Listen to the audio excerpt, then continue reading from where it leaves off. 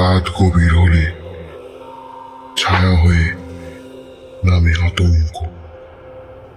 এখন আলো নিভে যাবে, শব্দ জেগে উঠবে, তুমি প্রবেশ করছো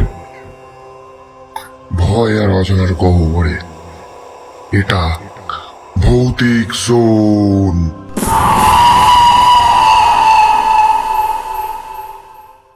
আজকের আলোচনা এক শিহরণ জাগানো বাংলা আখ্যানকে ঘিরে পৈশাচিক চক্রব্যূহ, রক্তে লেখা অভিশাপ। আমাদের হাতে এর কিছু অংশ এসেছে, কিছু খণ্ড খণ্ড দৃশ্যপট পড়ার পর বেশ কিছুক্ষণ ঘোরটা কাটতেই চায় না। হ্যাঁ, ঠিকই বলেছেন। বেশ অস্বস্তিকর একটা অনুভূতি হয়। তো এই আখ্যানের গভীরে গিয়ে আমরা একটু বোঝার চেষ্টা করব আসলে কি এই গল্পকে এতটা জীবন্ত আর ভয়ের করে তুলেছে। এটা শুধু এক অতিপ্রাকৃত গোলক ধাঁধা না, না না, তার চেয়ে বেশি কিছু। এখানে চরিত্ররা আটকে পড়ছে, তাদের সত্তা অস্তিত্বটাই যেন হারিয়ে যাচ্ছে, আর চলছে এক ভয়ানক পুনরাবৃত্তির অভিশাপ। আমরা একটু গভীরে ডুব দেব আজ। একদম। শুধু ঘটনা বা প্লট নয়, আমরা বরং ভেতরের দর্শনটা বোঝার চেষ্টা করব। কেন এটা পাঠককে এতটা নাড়া দেয়। এই চক্রব্যূহ দেখুন কিভাবে শুধু পথ নয়, মানুষের মন, তার অস্তিত্ব সবটাকেই যেন নিজের মধ্যে পেঁচিয়ে ফেলছে। চলুন তাহলে শুরু করা যাক এই চক্রব্যূহের অদ্ভুত প্রকৃতি দিয়েই। আচ্ছা, গল্পের শুরুতেই অর্ক যখন নিজেকে আবিষ্কার করে এক দেয়ালহীন ঘেরাটোপে, অথচ বাইরে বেরোনোর কোনো দরজা নেই, এই ব্যাপারটা কেমন যেন বিশ্বাস করা কঠিন, তাই না? হ্যাঁ, একদম। খুব সাররিয়ালিস্টিক একটা শুরু। বৃষ্টির শব্দ হচ্ছে, অথচ কোনো জানালা নেই। এই যে বৈপরীত্যগুলো, এগুলো শুরু থেকেই একটা দমবন্ধ করা পরিবেশ তৈরি করে ফেলে। ঠিক এখানেই তো গল্পের মূল সুরটা বাধা হয়ে যায়। পরিবেশটা এখানে নিছক পটভূমি না, নিজেই একটা চরিত্র, একটা জীবন্ত কারাগার যেন। এটা শুধু ভৌতিক স্থান নয়, তার চেয়েও বেশি এটা একটা মানসিক অবরোহণ। যেমন ধরুন সিন 2-তে আমরা দেখি অর্কর ছায়াটা ওর শরীর থেকে আলাদা হয়ে যাচ্ছে, মিলিয়ে যাচ্ছে। হ্যাঁ, ওটা তো সাংঘাতিক। এটা তো সরাসরি অস্তিত্বের সংকট। দেহ, মন, আত্মা সব যেন আলাদা আলাদা পথে চলছে এই গোলকধাঁধায়। আর সিন 4-এর ওই দৃশ্যটা, হঠাৎ করে 13টা দরজা খুলে গেল, ভেতরে জমাট অন্ধকার আর উঁকি দিচ্ছে অসংখ্য লাল চোখ। এটা কি শুধু ভয় দেখানোর জন্য, নাকি এর অন্য কোনো মানে আছে? আমার তো মনে হয় এটা শুধু ভয় দেখানোর চেয়েও বেশি কিছু। দরজাগুলো হয়তো ভিন্ন ভিন্ন সম্ভাবনার প্রতীক, কিন্তু শেষ পর্যন্ত সব পথেই সম্ভবত একটাই পরিণতির দিকে নিয়ে যায়। চক্রব্যূহের আরও গভীরে। হ্যাঁ, ঠিক তাই। এটা এক ধরনের ভ্রম তৈরি করে, যেন বেরোনোর পথ আছে কিন্তু আসলে নেই। আর এন্টিটির সেই কথাটা মনে আছে, এখানে মৃত্যু নয়, এখানে মৃত্যুদের পুনর্জন্ম, পৈশাচিক চক্রব্যূহে। হ্যাঁ, ওটা তো গায়ে কাটা দেয়। এটা যেন এই জায়গার নিয়ম, এখানকার দর্শনকেই প্রতিষ্ঠা করে দিচ্ছে। মৃত্যু এখানে মুক্তি নয়, বরং এক অন্তহীন যন্ত্রণার শুরু। এবার যদি চরিত্রদের অভিজ্ঞতার দিকে তাকাই, অর্কর ডায়েরি লেখাটা একটা কেন্দ্রীয় ব্যাপার পুরো গল্পে। অবশ্যই। কিন্তু ব্যাপারটা মোটেই স্বাভাবিক না। কালির বদলে রক্ত দিয়ে লেখা, আবার কখনো পাতা জুড়ে নিজে নিজেই অক্ষর ফুটে উঠছে। ডায়েরিটা কি নিজেই জীবন্ত, নাকি এটা অর্কর মানসিক অবস্থার প্রতিফলন? ওর সেই প্রশ্নটা, আমিই খুনি, এটা কি চক্রব্যূহের চাপিয়ে দেওয়া কোনো ভ্রম, নাকি ওর নিজের মনের গভীরের ভয়? এটা একটা দারুণ প্রশ্ন। দেখুন, ডায়েরিটা এখানে একটা দ্বৈত ভূমিকা পালন করছে। একদিকে এটা অভিশাপের ধারক, অভিশাপটা বয়ে বেড়াচ্ছে, আবার অন্যদিকে অর্কর যে মানসিক জগৎটা ভেঙে পড়ছে তারও প্রতিচ্ছবি। আচ্ছা, অর্ক যখন ভাবছে সে গল্প লিখছে, এন্টিটি তাকে মনে করিয়ে দিচ্ছে, না, তুমি আসলে অভিশাপ লিখছো। তার লেখার মাধ্যমে মুক্তি খোঁজার চেষ্টা। হ্যাঁ, চেষ্টা করছে নিজের অভিজ্ঞতাকে একটা আকার দিতে, বুঝতে। কিন্তু এই কাজটাই তাকে চক্রের সঙ্গে আরও শক্ত করে বেঁধে ফেলছে। সিন 8-এ যেমন দেখি, ডায়েরির পাতায় সে যেন নিজেকেই বন্দি করে ফেলছে। লেখাটা এখানে মুক্তির পথ নয়, আসলে ফাঁদ। মৌমিতার অভিজ্ঞতাও কিন্তু কম ভয়ের নয়। ওর হাত যখন দেওয়ালের মধ্যে ঢুকে যায়, মনে হয় যেন দেওয়ালটাই ওকে শুষে নিচ্ছে। হ্যাঁ, ওটা ভয়ানক। এটা শুধু শারীরিক ভয়ের চেয়েও বেশি, তাই না? যেন বাস্তবতার নিয়মকানুনই ভেঙে পড়ছে চোখের সামনে। আর অর্কর পাশে থেকেও ওর সেই উপলব্ধি, আমরা কি সত্যি একসাথে আছি? ঠিক। এই প্রশ্নটা সম্পর্কের ভিত নাড়িয়ে দেয়। আবার চক্রব্যূহের যে বিচ্ছিন্ন করার ক্ষমতা সেটাও যেন স্পষ্ট হয়ে ওঠে। একদম। চক্রব্যূহ শুধু পথই হারায় না, সম্পর্কও ভেঙে দেয়।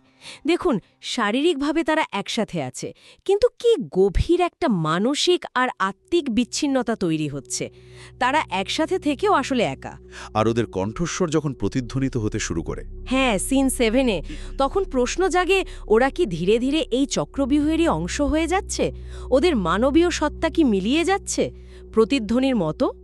এই ডায়েরি আর স্থির হয়ে যাওয়ার সময় এই দুটো কি চক্রব্যূহের স্তম্ভের মতো? সিন 8-এ দেখি ডায়েরিতে খোদাই করা নাম চক্রব্যূহ, কিন্তু বছরটা মুছে যাচ্ছে। আটকে আছে রাত 2:34-এ। এটা কি শুধু একটা হরর এলিমেন্ট, নাকি এর কোনো প্রতীকী অর্থ আছে? না না, এটা শুধু ভয়ের উপাদান নয়, এটা চক্রব্যূহের কার্যপ্রণালীর মূল অংশ। সময় এখানে সরল রেখায় চলে না, আবর্তিত হয়। ওই রাত 2:34 একটা অভিশপ্ত মুহূর্ত, একটা টাইম লুপ যেখান থেকে বের হওয়া যায় না। আচ্ছা, আরও লক্ষ্য করার মতো ব্যাপার, ডায়েরিতে যে দিনের কথা লেখা হচ্ছে, ক্যালেন্ডার থেকে সেই দিনটাই মুছে যাচ্ছে। হ্যাঁ, এটা তো প্রমাণ করে চক্রব্যূহ শুধু স্থান নয়, সময়কেও নিয়ন্ত্রণ করছে, বাস্তবতাকে নিজের ইচ্ছে মতো পাল্টে দিচ্ছে। ঠিক তাই, ডায়েরিটা তাই একই সঙ্গে অতীতের শিকারদের কান্না, আবার ভবিষ্যতের শিকারদের জন্য পাতা ফাঁদ। আর ওই অদ্ভুত কণ্ঠস্বরগুলো, চারদিক থেকে ভেসে আসা শত শত ডাক, স্বাগতম, রক্ত ছড়া ফেরার পথ নেই। এন্টিটির কণ্ঠস্বরও তো আছে। এগুলো কি শুধুই হ্যালুসিনেশন, নাকি চক্রব্যূহ নিজেই কথা বলছে? আমার তো মনে হয় না এগুলো শুধু হ্যালুসিনেশন। এগুলো হতে পারে অতীতে আটকে পড়া অসংখ্য আত্মার প্রতিধ্বনি, যারা এখন চক্রব্যূহের অংশ। হ্যাঁ, হতে পারে তারাই এখন এই চক্রের জীবন্ত দেয়াল। আর এন্টিটির কণ্ঠ, সেটা হয়তো এই চক্রব্যূহের নিয়ন্ত্রক শক্তি বা তার নিজস্ব চেতনা। প্রকৃতিটা রহস্যময়, কিন্তু এর কথাই যেন এখানটার আইন। এখানেই তো রক্ষক বা রাক্ষক হওয়ার ধারণাটা আসছে। সিন 9-11, এটা প্রথমে একটু অদ্ভুত লাগে, তাই না?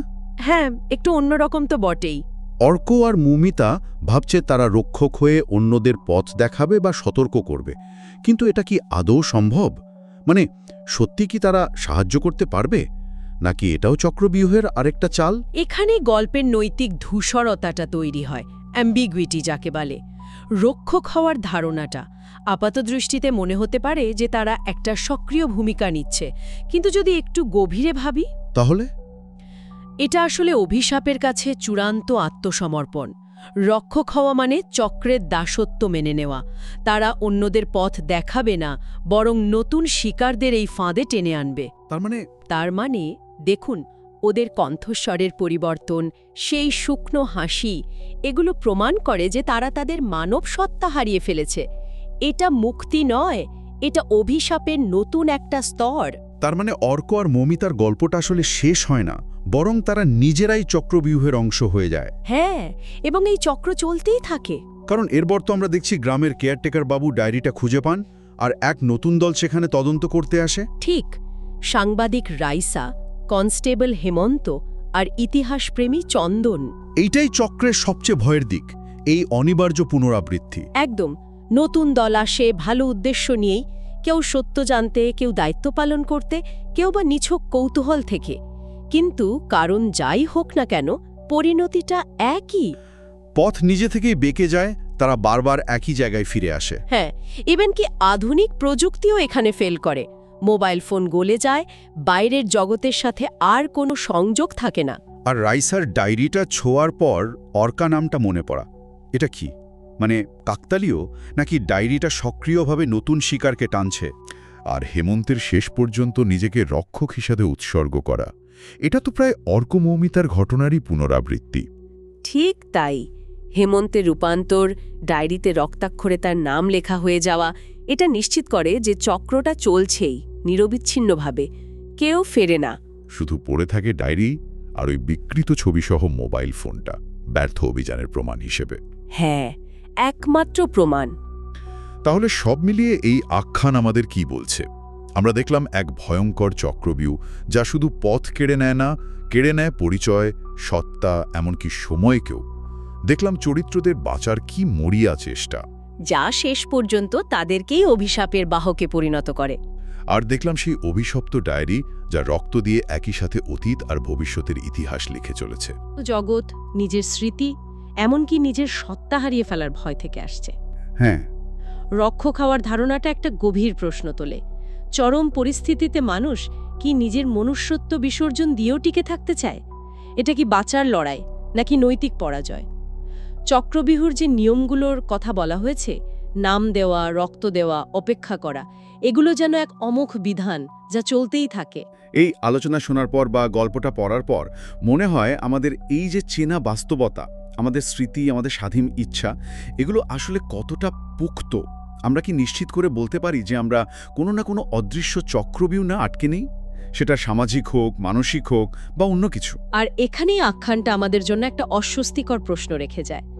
গল্পের শেষে বলা হচ্ছে চক্রব্যূহ আজও অপেক্ষা করছে, নতুন কাহিনী লিখতে চায়, নতুন নাম চায়।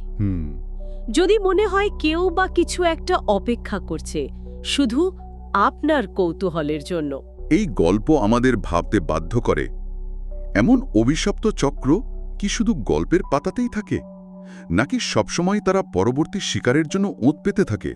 কে বলতে পারে আমাদের অজান্তেই আমাদের নামও হয়তো কোথাও লেখা হয়ে যাচ্ছে না।